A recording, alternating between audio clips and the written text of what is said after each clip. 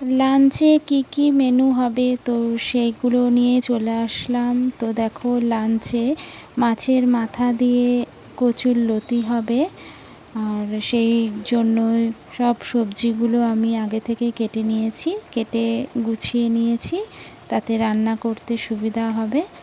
আর এই যে মশলা করে নিচ্ছি। এরপরে এই যে আমার লতিটা সব করে নিয়েছি, কমপ্লিট হয়েও গেছে।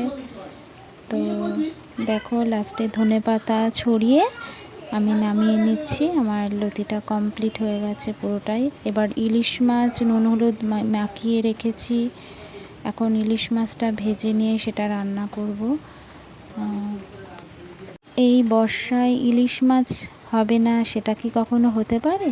তো দেখো ইলিশ মাছ আমি রান্না আমার কমপ্লিট হয়ে গেছে, ইলিশ মাছটাও। তার নেক্সট আমার মেনু হচ্ছে ভেজ ডাল। ভেজ ডালের জন্য আমি সবজিগুলো কেটে নিয়েছি। তো এই যে ডাল সেদ্ধ বসিয়ে দিয়েছি, ডালের মশলা আর এই যে ভেজিটেবলগুলো আমি ভাজতে বসিয়ে দিয়েছি। তো এটা দিয়েই ডাল হবে। ডালটা হয়ে গেলে এরপরে আমি পনির ভাজতে বসিয়ে দিয়েছি, পনির আর আলুর তরকারি হবে। পনির আর আলুর গা মাখা একটা তরকারি হবে।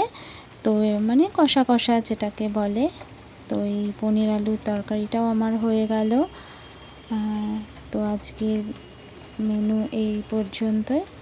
তো চলে এসেছি রান্নাঘরে আবার, মানে দুপুরের লাঞ্চ থালা রেডি করার জন্য। আমি একটা লাঞ্চ থালা রেডি করে নিচ্ছি।